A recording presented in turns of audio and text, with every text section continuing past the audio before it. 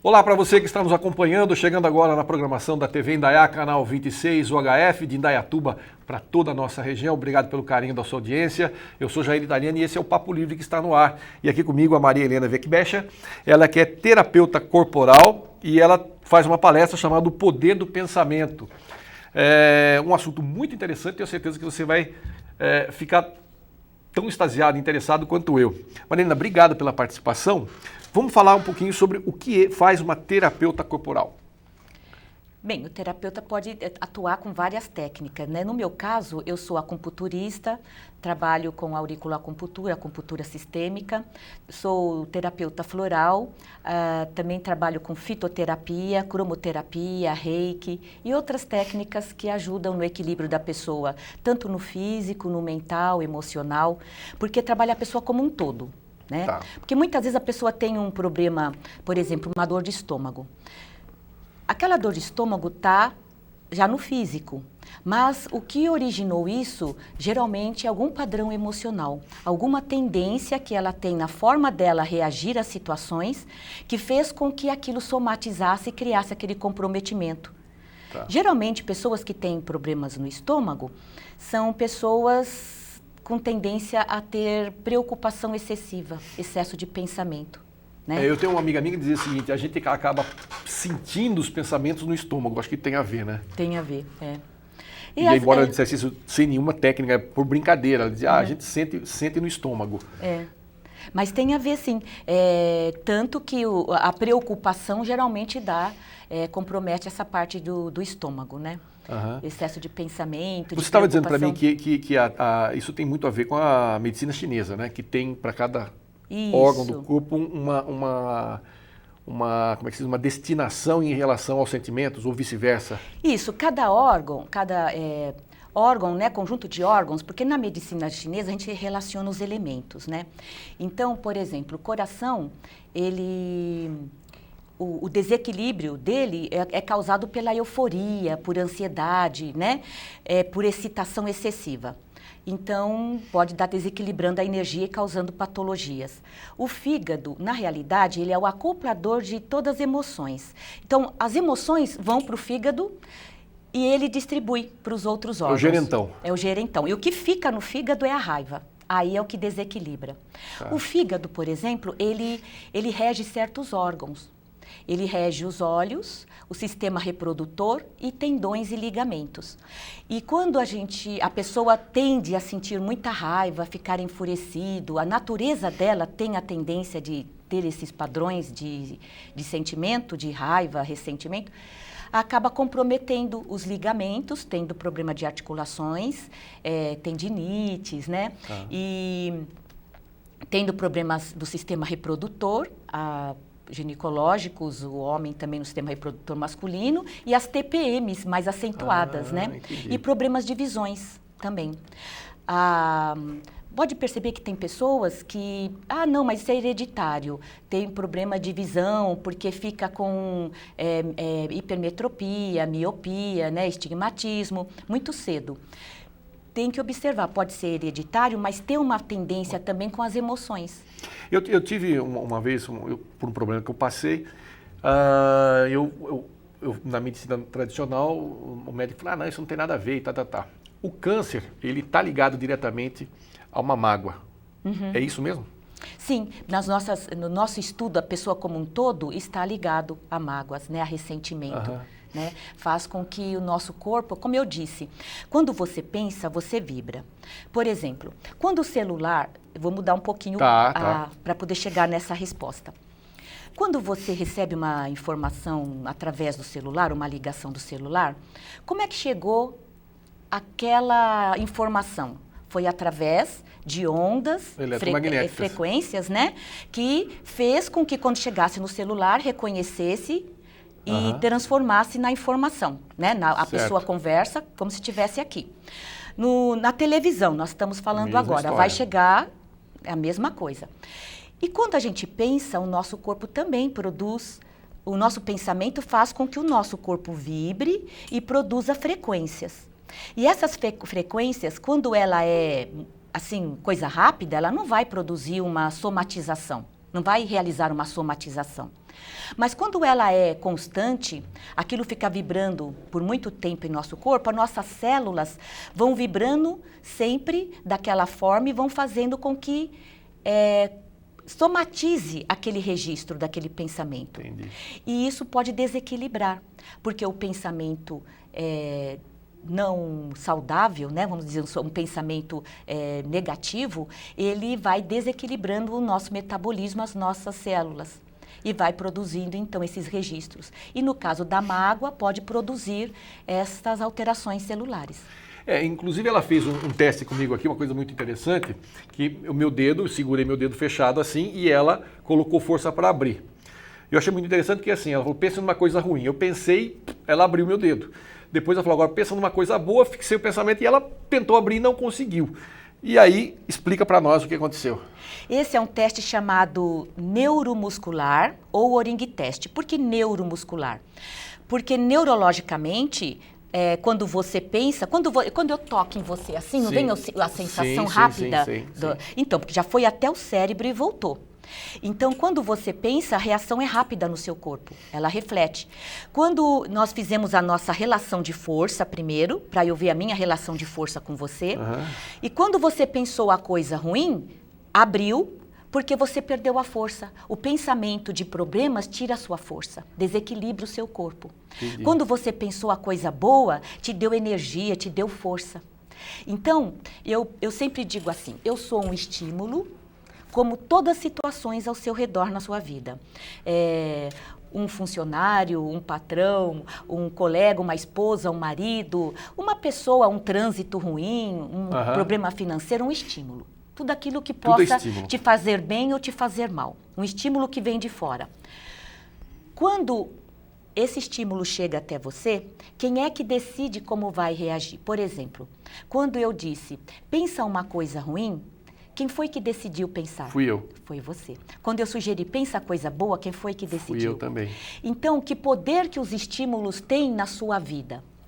Tá. O poder que você dá. Então, muitas vezes, as pessoas passam tempo da vida sempre responsabilizando as situações externas. Aquela pessoa difícil que faz você sofrer. Muitos relacionamentos, o casal, o marido responsabiliza a esposa porque ela tem certas características que incomodam. A esposa responsabiliza o marido porque tem certas características que a incomodam. Mas, na realidade, é a nossa forma de reagir aquela forma dele ser que faz com que a gente sofra. Então, nós não temos o poder de mudar o outro. Sim. Porque nós queremos que o outro seja diferente para nos satisfazer e o caminho está errado. Nós temos que fazer o caminho inverso. Mudar a nossa forma de ver o outro. É tentando agradar todo mundo? Não. Ver o que é que nos incomoda, se tem sentido ou não. Olhar para nossas crenças e valores. Eu tenho um senhor, amigo meu, que ele dizia o seguinte, ele fez uma camiseta dizendo assim, se você não mudar, nada muda. Exatamente. Achei muito legal, porque eu falei, no primeiro momento você fala, o que ele quis dizer com isso? Mas depois você começa a pensar, realmente, se você não mudar o seu comportamento diante das situações, a situação nunca vai mudar. Exatamente. É bem interessante essa forma. E aí, eu pergunto para você, existe alguma ciência ou alguma coisa que nós possamos dizer assim que é válido, por exemplo, a numerologia? Isso tem a ver? Sim. Então, eu sou terapeuta, como eu disse, eu trabalho com florais. Florais são essências de flores e elas são bem sutis. Então, elas vão atuar no seu corpo, estimulando em você aquilo que você precisa. Se você é ansioso, eu vou falar daqui a pouco da numerologia, só para dizer como que funciona. Se você é ansioso, de repente o floral vai despertar em você a sua tranquilidade, porque você tem todos os registros que você precisa, porque você é um ser completo. Só que, diante da sua natureza, você vai ter tendências a reagir e deixar com que certas situações fiquem cobertas, fiquem camufladas lá dentro de você e outras se sobressaiam. Então, vamos supor que você seja uma pessoa ansiosa. Então, o floral vai ajudar, de repente, a acalmar aquela ansiedade. Você seja uma pessoa muito preocupada, então o floral vai ajudar. Ou uma pessoa apática, vai fazer estimular. Ou com muitos medos, pânico, então as técnicas ajudam a você resgatar dentro de você aquilo que você já tem, mas que não está ativo, ou que está encoberto, ou que está em excesso. Você entendeu? Ele dá uma equilibrada. O equilíbrio, ele ativa o equilíbrio energético em você. Tá. Porque está tudo registrado em você. Né? Tudo isso são registros. E a numerologia foi Pitágoras, né? Pitágoras. Então, ele é um matemático grego e ele que fez o estudo e percebeu que os nomes, que os números e os nomes tinham uma relação, os números com as letras. Entendi. E começou ele iniciou isso que deu sequência a outras pessoas a estudarem mais profundamente. E realmente tem, porque as pessoas quando fazem o estudo do nome, da data de nascimento, realmente percebe o quanto que tem a ver com a forma dela ser, não é? Entendi. Qual a finalidade da numerologia? É uma adivinhação? Não, é uma constatação. Quando você passa a ter mais consciência de si mesmo, você passa a administrar melhor. Porque muitas vezes a gente fica lutando contra certas tendências e, na realidade, se você souber usá-las, elas podem valer como a seu favor. Né? Então, por exemplo, certas pessoas, às vezes, são pessoas mais calmas, mais tranquilas, mas vê aquela pessoa que é mais ativa e fica admirando aquela atividade no outro e não olha o quanto que a calma dela pode ser útil na vida dela como uma ferramenta para usar em várias situações. E fica assim infeliz por não conseguir ser mais ativa, mais agitada e fica ali infeliz com aquela, né, tendendo a ver aquilo de uma forma negativa. E quando ela passa a perceber que aquela característica dela existe várias coisas positivas nela e que ela pode usar como várias ferramentas, ela passa a ser uma pessoa, de repente, mais coerente com as suas tendências e lidar melhor, gerar menos conflito. Por exemplo, eu tenho bastante 5 no meu número, no meu nome. E 5... tendência a pessoas mais agitadas, 5 é mudança, movimento, né? E eu sempre fui, eu já fui professora, já trabalhei com pesquisa, e eu estou sempre fazendo coisas diferentes. É difícil eu fazer a mesma coisa, se eu tiver que dar uma mesma palestra, vai ser diferente, e uma entrevista vai ser diferente, porque é a minha natureza. E antes eu ficava um pouco preocupada, porque eu achava que eu era instável. Né? E depois que eu descobri a numerologia, que eu comecei a estudar, eu percebi que eu sou versátil, eu sou adaptável. E realmente eu me adapto muito fácil a várias situações. E isso me ajudou bastante a conviver melhor com as minhas características. E eu vejo isso como um talento e não como um defeito. Estou conversando aqui com a Maria Helena Weckbecher, é isso? Isso. Tá, não falei bobagem, não. E eu vou fazer um rápido intervalo, daqui a pouquinho eu volto com ela aqui, a gente continua falando. Ela que é terapeuta corporal, ela vai falar um pouquinho também da palestra que ela faz sobre o poder do pensamento. Não saia daí, eu volto já já.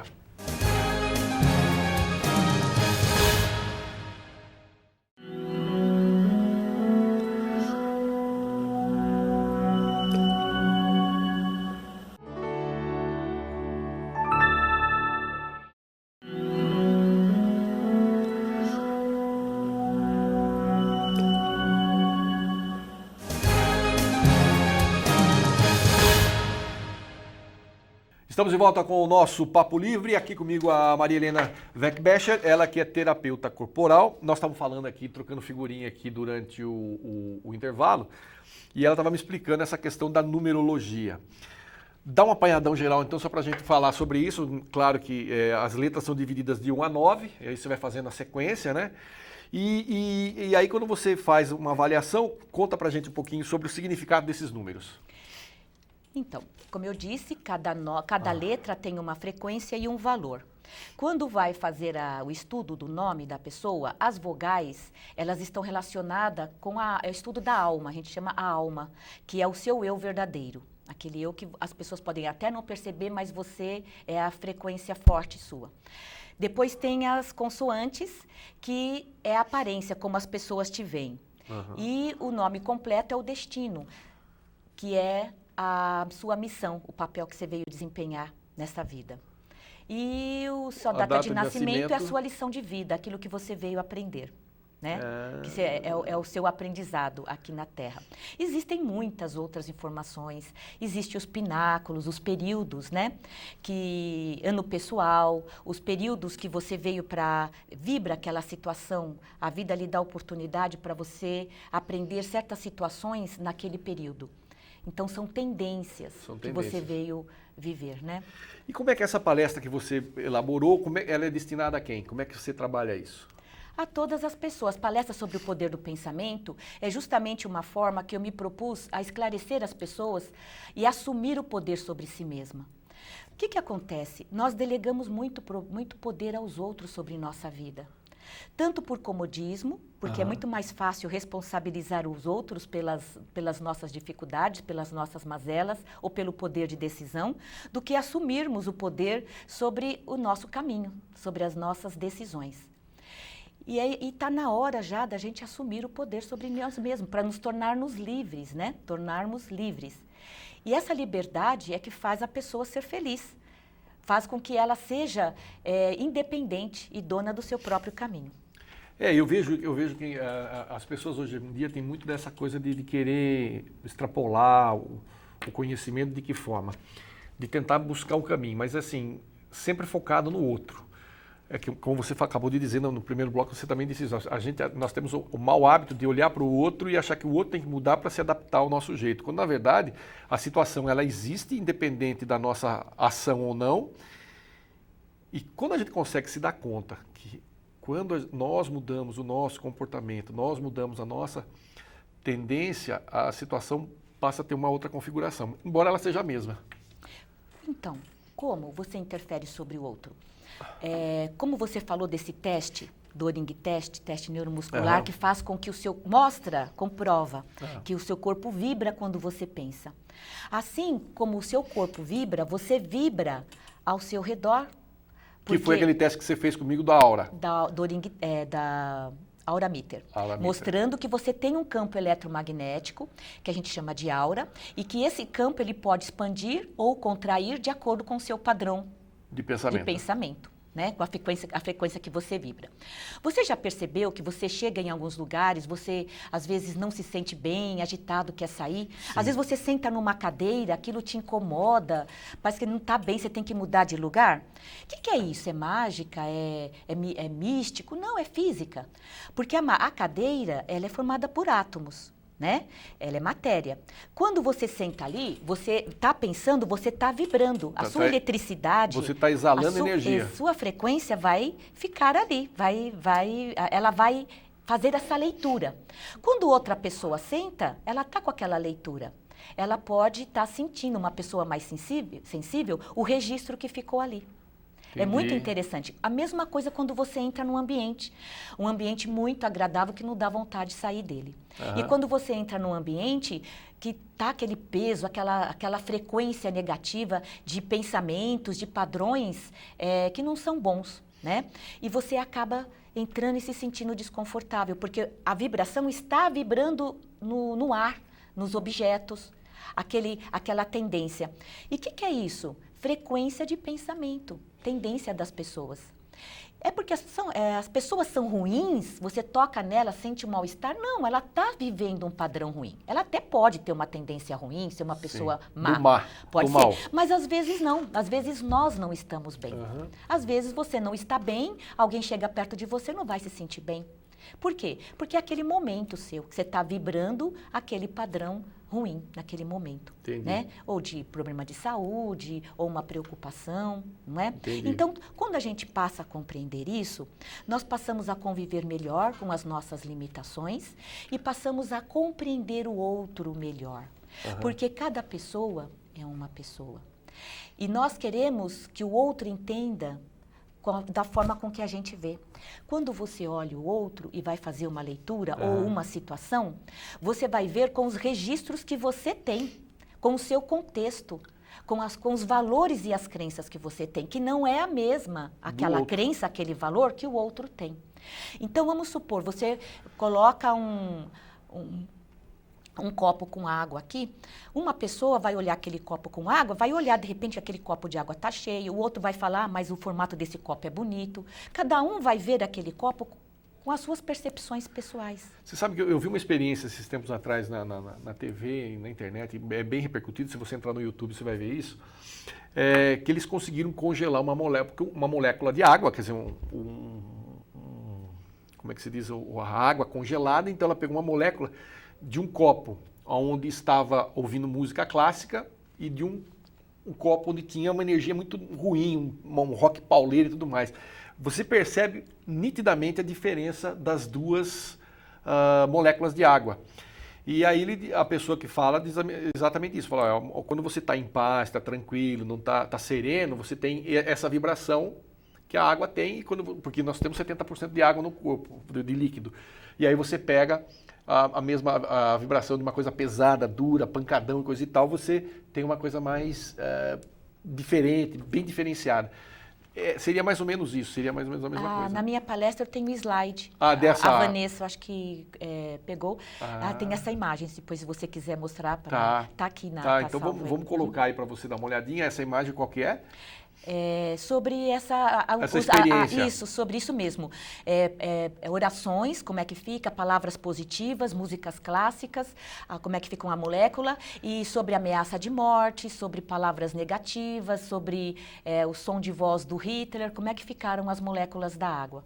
E cristaliza e mostra como é que ela congela, né? Congela e mostra como é que fica em forma de cristais, o formato desta molécula de água, das moléculas, né? Então, o que você está dizendo para a gente é mais ou menos nesse sentido. Da isso. mesma forma. Porque vamos conversar aqui, vamos combinar que é assim, se nós nós somos seres viventes, se nós vivemos num mundo onde nós somos átomos, fazemos parte da energia, ou temos energia exalando, é porque tem a ver todo esse raciocínio aí, para mim, me parece bastante lógico. E a cromoterapia, onde entra? Então, as cores, elas possuem frequência, como o próprio Newton mostrou, que elas têm, cada tom tem uma frequência, cada cor, né?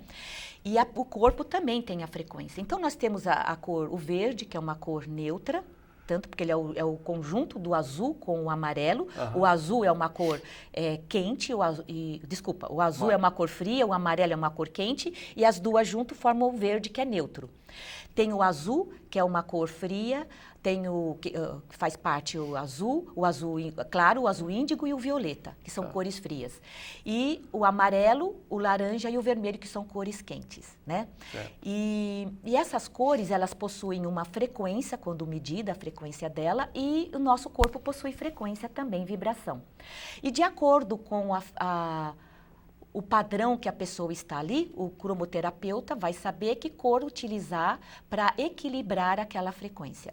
Ou em forma de pensamento, porque, como eu fiz naquele teste, quando você pensa em algo, você entrou naquela frequência. Certo. Quando você pensa numa cor, você vai visualizá-la, o seu cérebro entrou naquela frequência.